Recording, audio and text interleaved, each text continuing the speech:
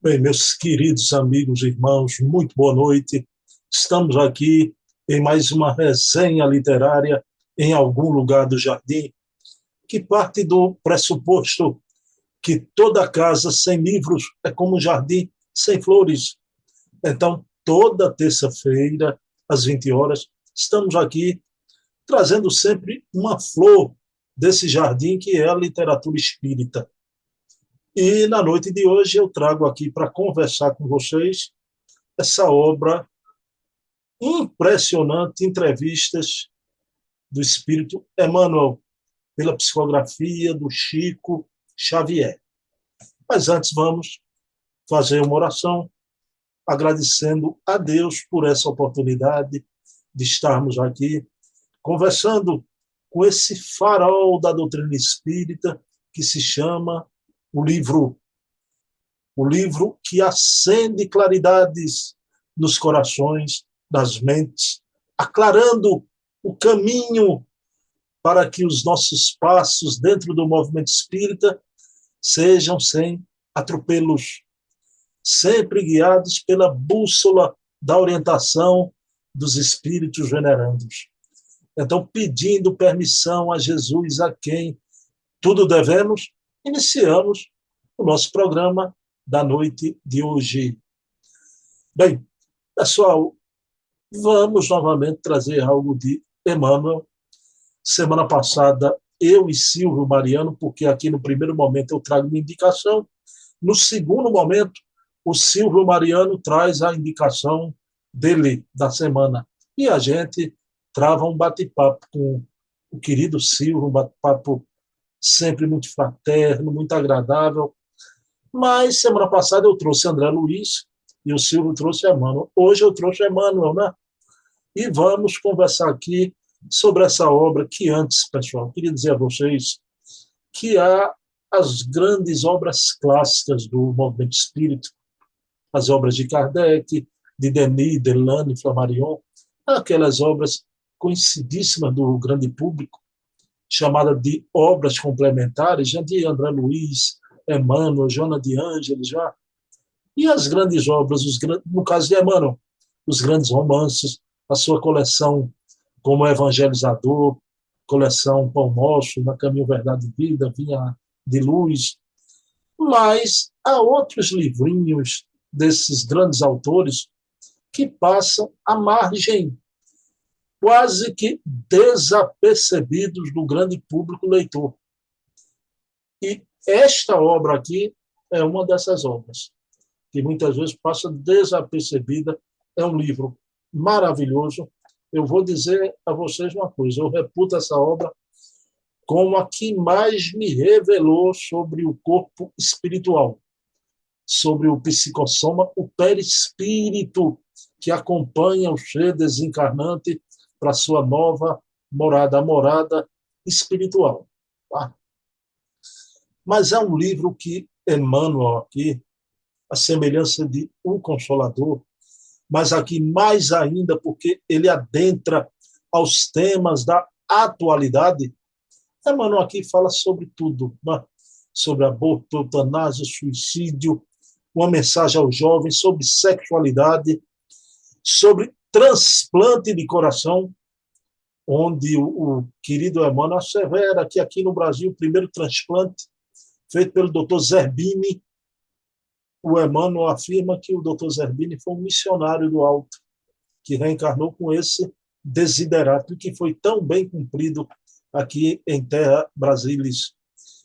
Mas há um momento que eu fico muito emocionado, que o Espírito Emmanuel, abordando o fenômeno da morte, ele diz: morrer não dói, por causa do processo de acidose que anestesia o sistema nervoso central.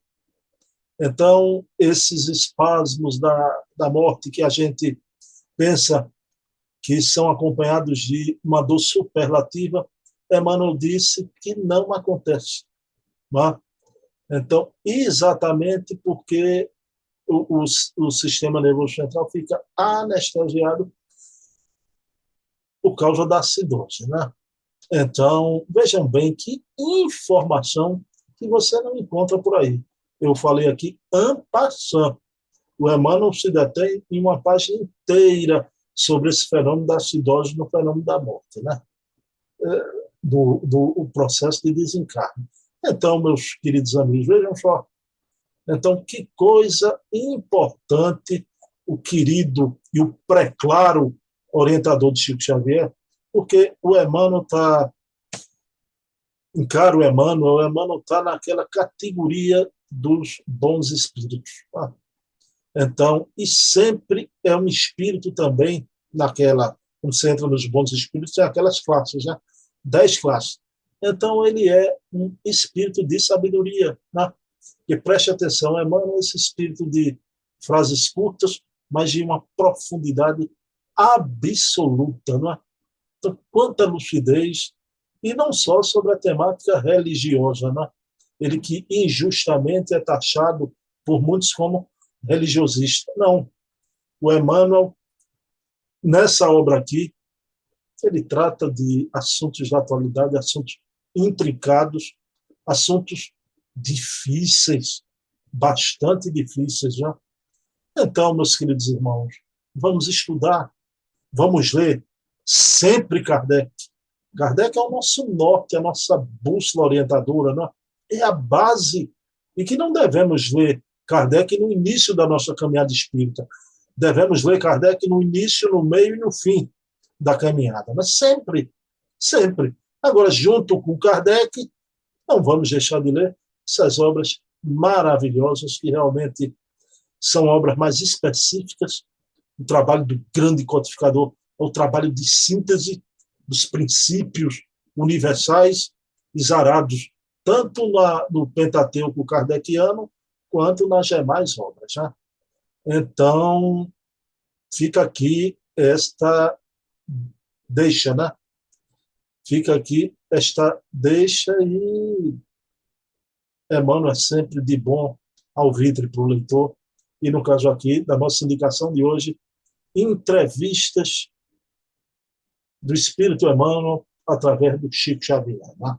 Onde o Emmanuel desfia a sua sabedoria de espírito formidável. Né? Pessoal, então eu vou aqui receber o querido Silvio Mariano, né, para a nossa conversa. O Silvio vai trazer a obra da semana e, nesse segundo momento, a gente conversa. Eu faço uma pergunta sobre a obra que o Silvio traz, ele responde, eu faço outras perguntas e a gente vai levando o programa a bom termo, né? Sempre uma oportunidade, né, de conversar sobre muita coisa que traz até a curiosidade de quem ouve e quem vê. Né? Então, 2 minutinhos, eu vou aqui trazer para a nossa sala de conversa o nosso querido Silvio Mariano. Pronto, meus queridos amigos, já estou aqui com Silvio Mariano. Sempre o Silvio traz, toda semana, uma obra rica da literatura espírita. Silvio, meu amigo, tudo bom? Boa noite. Como é que você está? Boa noite, Bruno. Estou muito bem, graças a Deus, e feliz por nós estarmos na nosso comentário na semana natalina. Já se aproxima o Natal, então isso é uma data muito especial para todos nós e para a humanidade. As vibrações já ficam diferentes, né? Uma vibração maravilhosa. Meu amigo, e aí? Qual é a novidade de hoje, Silvio? Olha, a novidade de hoje é o livro Emmanuel, de Chico Xavier. Essa obra-prima, um livro digno que todos os espíritas deveriam ler, porque foi um livro espetacular, psicografado por Chico, de autoria de Emmanuel, esse grande espírito que todos nós respeitamos. Pronto, Silvio. Vou fazer logo uma pergunta bem curiosa e interessante, né? Sobre a respeito do livro Emmanuel, né? Silvio, essa obra foi lançada em 1937, logo depois do Parnaso da Além Túmulo, né? Então, foi as 3 grandes obras primeiras, já. Parnaso, Cartas de uma Morta e É. o Emmanuel. Aí, Silvio, foi verdade que a FEB, a princípio, não queria publicar a obra. Você podia dizer o porquê disso? Olha, a informação que se tem é que Chico mandou, lógico, os manuscritos lá para a editora da FEB, que é lá no Rio de Janeiro. Posteriormente, Chico recebeu uma correspondência dizendo que a FEB tinha analisado o livro, achava que não deveria ser editado, porque achava que o conteúdo do livro não seria atrativo e não teria venda. Era uma obra que praticamente que nós chamamos no meio assim editorial ia boiar, não ia ter interesse nenhum. Só que Chico escreveu para a FEB dizendo que o livro teria que sair. Era uma obra e que ele se prontificava a pagar. Quer dizer, a FEB editaria o livro, ele cobriria os custos e que mandasse a conta que ele, logicamente, ia arranjar os meios de pagar. Passou uns 3 ou 4 meses, a FEB lançou o livro e escreveu posteriormente para Chico dizendo que o livro já estava na terceira edição, quer dizer que a procura foi acima da expectativa e que queria saber sobre os direitos autorais, que normalmente essa parte inicial, Chico, vamos dizer assim, doou toda a sua obra à FEB. Então, depois ele ficou praticamente de repassar esse direito, como depois ele passou para a FEB. Mas só veio passar, veja bem, uma obra dessa, que hoje, quer dizer, foram editadas, hoje já foram vendidos 200 mil livros. Você veja o que é o tesouro. Emmanuel é muito criticado, eu vejo muita gente, às vezes, no movimento, dizendo que ele é muito igrejeiro, que ele é isso, mas acontece o seguinte: Emmanuel veio com uma missão, e a missão dele foi o Evangelho. Por muito, até você sabe muito bem, como eu comecei com você, várias reencarnações como padre, dizem até que ele chegou a ser cardeal, mas essa informação depois eu pego com segurança para lhe repassar. Você veja, veio para o Brasil. Ô Silvio, por favor, eu queria que você se referisse a uma em particular, né? Porque a gente sabe que ele foi o padre Damiano lá em Renúncia, né? E o padre Manuel da Nóbrega aqui no Brasil, né? Mas eu queria que você falasse sobre a reencarnação de Emmanuel como São Remígio, é isso mesmo? Segundo informações, ele foi uma pessoa tão vinculada ao Evangelho que na cidade de Reims ele era bispo e já empolgava muito a ele o Evangelho. E esse Evangelho ele conseguiu, vamos dizer assim, vamos dizer, repassar para os visigodos, que era um povo bárbaro. E, por conta disso, a igreja terminou ele canonizando nessa reencarnação com o nome de São Remígio. Quer dizer, mano, até santo da Igreja Católica já foi. E fora outra, né? E outros dados. Silvio, que espírito, né? Santo da Igreja Católica, fundador de São Paulo, né? Fundador São de São Paulo. Paulo. Que espírito. Mas, Silvio, aí você fala, a par dessas reencarnações de padre, eu queria te fazer uma pergunta sobre o livro Emmanuel, esse livro que você trouxe agora à noite. Meu amigo, veja bem, é um livro, Silvio, que Emmanuel bate muito na igreja. Ele é incisivo, cortante, uma crítica impressionante à Igreja Católica, não é? Mesmo com esse histórico de reencarnações, ele não se furta a mostrar os equívocos e os erros da Igreja, né? Aí eu lhe pergunto, isso aí não seria injustiça quando dizem que é igrejeiro, quando ele não é, ele ama o Evangelho, não a Igreja, não é, Silvio? Exatamente, exatamente.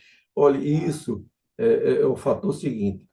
Emmanuel, nesse livro, ele diz que a igreja vamos dizer assim, deixou de seguir ao Evangelho, aos interesses terra a terra.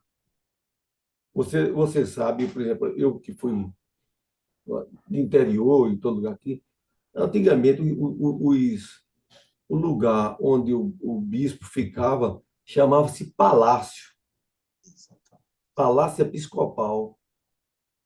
Então, com o passar do tempo, você veja que isso foi chamando a atenção da própria igreja e foram até deixando os próprios bispos, já foram se alterando. Você vê, Dona Helder morava ali na Rua da Fronteira, numa casa humilde. E assim outros. Ocorre que ele, nesse livro aqui, diz que se a Igreja Católica não tirasse o rumo dela, em 100 anos, ela estaria, vamos dizer assim, liquidada, porque ela deixou de seguir as informações. Logicamente que a estrutura de 2000 anos, e nós devemos muito à Igreja Católica, o Ocidente, as universidades, tudo isso, vamos dizer assim, ela era dominadora, mas o dominador que depois terminou fugindo ao controle dela, porque através da cultura ela dava aquele padrão que todos deveriam seguir. Mas, posteriormente, foi visto que essas pessoas já intelectualizadas pela própria igreja começou a ver que não era bem assim. Então, você vê hoje, né, a gente vai longe, mas a gente só vai ver a grandeza do que é o Espiritismo, porque o Espiritismo não veio para combater religião nenhuma, ela veio para ser suporte de todas as religiões. Tanto é que Kardec falava que podia ter muçulmano espírita, evangélico espírita, católico espírita, porque a base, cada um tem um. Nós não queremos, assim, uniformizar. E tem pessoas que se sentem bem assistindo sua missa, mas é aquilo porque eu conheço, você também conhece, grandes padres dedicados de corpo e alma. E não sou eu, não sou você que faz esse comentário. Eu já vi o próprio Papa Francisco criticando aqueles cardeais que viviam em mordomia, lá em Roma, enquanto que uma igreja, que você sabe que tem uma igreja sofredora, muitos padres que foram fuzilados pela pregação do seu evangelho e pela condição de levar o nome de Jesus para a humanidade. Então, a gente vê hoje mesmo, por exemplo, nós já sentimos aqui no Brasil que se a igreja está perdendo muito terreno. Mas em 2036, eles diriam que quem dominaria aqui já no Brasil seriam os grupos evangélicos, com a maior parte, né? Então, são essas coisas que o importante não vamos dizer assim, Jesus, quando veio à Terra, disse que ele não tinha onde encostar a cabeça para dormir. Não teve o extremamente humilde, vivia na sua simplicidade, e, no entanto, hoje o pessoal associa a igreja à prosperidade, alguns segmentos. Se você aceitar o evangelho, aí vai aparecer, vai melhorar tudo para a pessoa, vai comprar um apartamento bonito, vai comprar uma caminhonete de cabine dupla. Quer dizer, a gente sabe que, enquanto isso, no cristianismo redivivo, aquele cristianismo primitivo, o único que escapou daqueles discípulos de Jesus que não teve morte violenta foi João. O restante todos foram sacrificados, não é? Então, é essa caminhada que a gente precisa ver, e Emmanuel, de um bom sentido, e que eu admiro muito quando ele diz: eu sou um mero pregador de cartaz, convidando para o banquete espiritual. Deixa eu te, que eu adorei essas suas colocações agora. Silvio, eu queria, o Emmanuel faz uma afirmativa que eu acho muito importante, queria que você comentasse. Veja bem que o futuro pertence ao Evangelho, não à igreja nem às religiões institucionalizadas. Né? O que é que Emmanuel quis passar com esse pensamento belíssimo, Silvio? Né? O futuro pertence ao Evangelho. Olha, Eu só vou dar na parte, ele está no livro Emmanuel. Ele diz assim: o futuro pertencerá ao Evangelho. A civilização está em crise.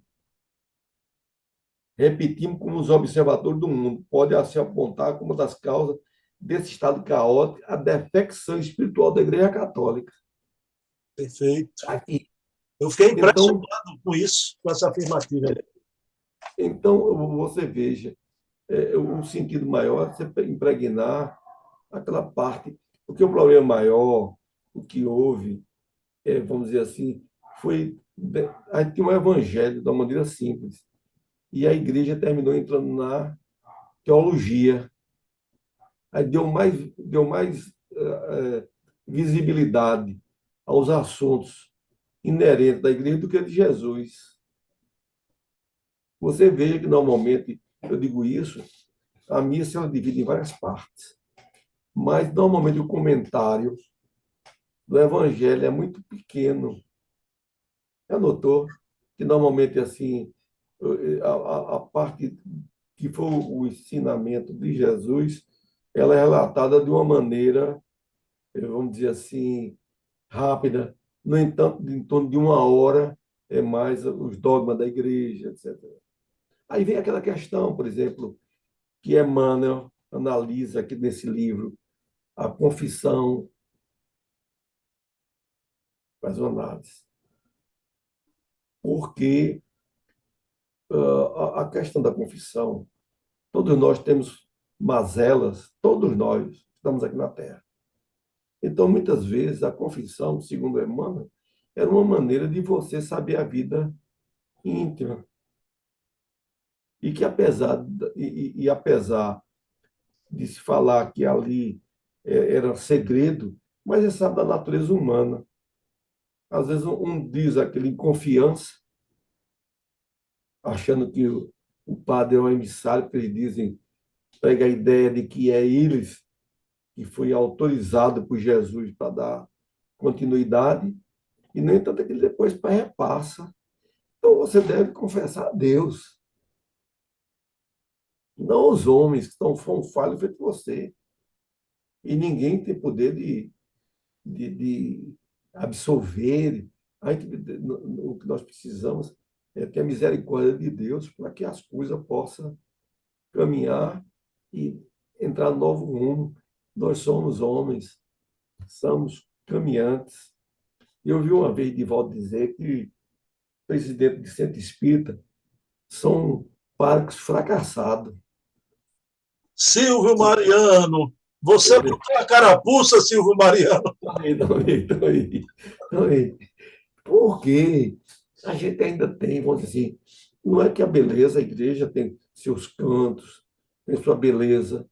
Eu me lembro que Divaldo, que também foi de lá, ele disse que uma vez estava não sei aonde e foi assistir uma missa em japonês. Já pensou uma missa assim, sem entender nada? Mas por quê? Porque ela tem seus méritos, rapaz. A Igreja Católica tem seus espíritos que dedicaram, vamos dizer assim, foram mártires, trabalharam no bem, em cura d'armes, e outros, e outros.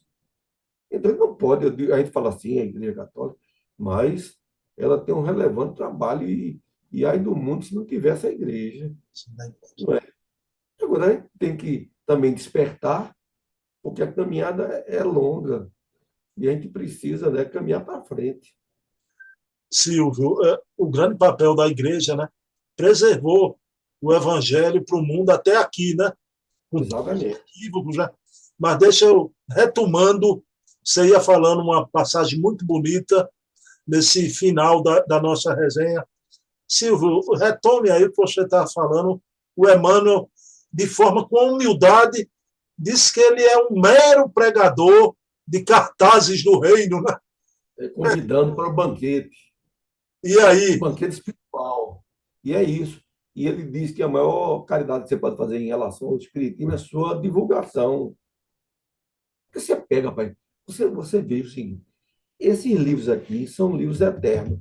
Você está pensando que esse livro de Chico Xavier, daqui a 300 anos, estarão atualizados, porque ele é feito com muito amor e muito, vamos dizer assim, sabedoria. Olha, você pensa nesse livro, na série Fonte Viva, você sabe que o livro Pão Nosso foi editado nos Estados Unidos e foi premiado lá como um livro bem vendido. E o que acontece? Emmanuel ele analisa um versículo. Rapaz. Eu fico admirado com ele. É o poder de síntese. Rapaz, 1.800 versículos. E você pegar cada um deles e pega um versículozinho feito, que eu vou comentar aqui, de Lucas, sobre o Natal, e, e você lê e diz, rapaz, que coisa, que...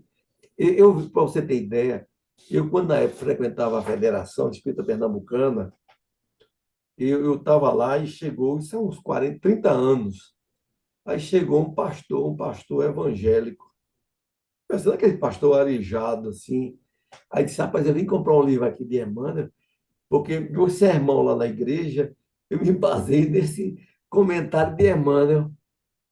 Ele comenta um versículo, eu pego lá, pego a Bíblia, aí pego o ensinamento dele e repasso, porque todo mundo vai gostar. Então é isso, rapaz. Você, você chegar e ver o que pode, vamos dizer assim, saindo assim, parece que cada um versículo desse que eu leio foi feito para mim ouvir, que é só pau na muleira. É, ele toca no seu íntimo, diz, rapaz, eu estou falho nesse ponto. E não é uma só página, não. São todas as páginas. Para ver que no Evangelho não tem essa parte da fantasia, não é? É de uma grandeza. Meu amigo, você falou aí, maravilhoso, é pau na muleira, né?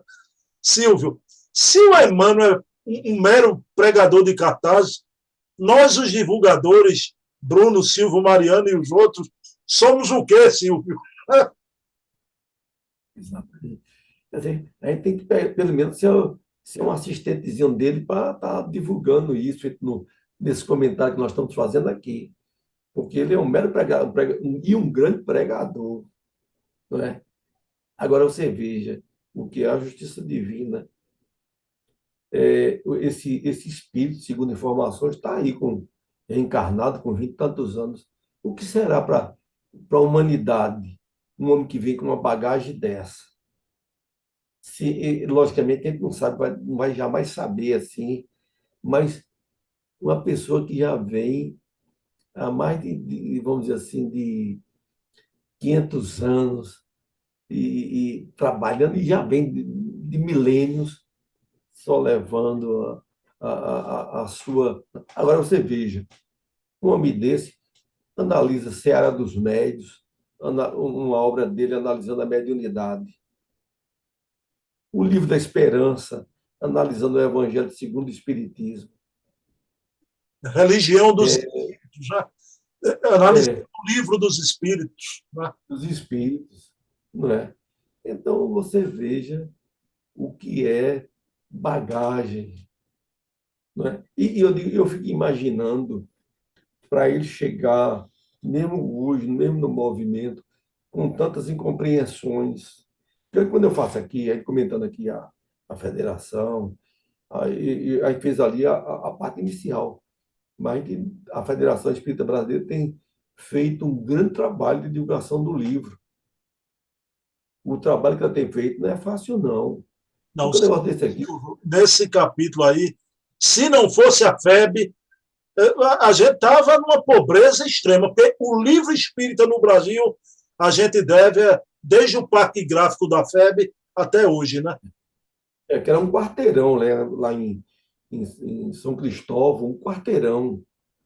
Agora acontece o seguinte: você sabe que a tecnologia de edição, isso com essa tecnologia de computacional, de mídia, é uma coisa impressionante. Então, ela se desfez desse parque, porque ela hoje terceiriza, porque acontece o seguinte: ela editava um evangelho, segundo o Espiritismo, quando editava 10 mil, 15 mil, quando daqui mais 3 meses, 4 meses, já tinha que reeditar. Então, hoje, segundo informações, ela terceirizou para várias empresas, e com isso ela tem a condição de estar sempre, vamos dizer, assim, editando não só o livro da codificação, como o livro de Emmanuel, que são livros, o livro de Dona Ivone. Silvio, agora o que ela tem que tomar cuidado, e ainda bem vai ter esse cuidado daqui para frente. Eu entrevistei um revisor da FEB, o Jorge Leite, né? Que é a questão daquela adulteração das obras de Emmanuel. Né? Mudaram as palavras, não foi com intenção má, mas realmente houve uma mudança e ela se comprometeu a reaver toda a publicação original. Né? Tem que ter cuidado com isso, né, Silvio? Isso aí, inclusive, eu concordo com você, porque ele diz o seguinte, que, por exemplo, uma das últimas edições, o Evangelho por Emmanuel, que foi editado pela FEB, aí colocou, vamos dizer assim, a tradução de Haroldo Dutra Dias. Mas a tradução que se viu de referência, que você até entrevistou César Perry, foi João Ferreira. Então, às vezes, isso eu não sabia, não. Que tudo para mim, vamos dizer assim, são informações novas. Que, por exemplo, ele falou aqui, alfaia, ele disse lá na coisa, que no outro da tradução não tinha essa. Então, alterava o texto de Emmanuel. Porque quando ele. Mas acontece assim, não foi da maldade, não foi do sentido, apenas achando que estava ajustando. E, inclusive, eles disseram que quando há um negócio desse, você pode dizer assim, ó, na João Ferreira, vamos dizer, de Almeida, diz assim, e na tradução nova seria dessa maneira, para você se situar. Mas são. Olha, eu tenho aprendido tanto. Às vezes é uma vírgula, rapaz. Eu vi um dia desse, por exemplo, assim, olha, assim, eu sou o caminho, a verdade e a vida, dizendo que era Jesus.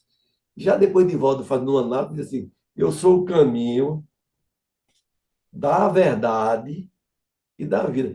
Porque se eu colocar essa primeira, como eu disse, entraria Jesus como se fosse Deus, entendeu? Eu sou o caminho da verdade. Eu sou o caminho, viu, da verdade e da vida. Quer dizer, uma vírgula. Então, são essa nuance, rapaz. Essa Perfeito. nuance.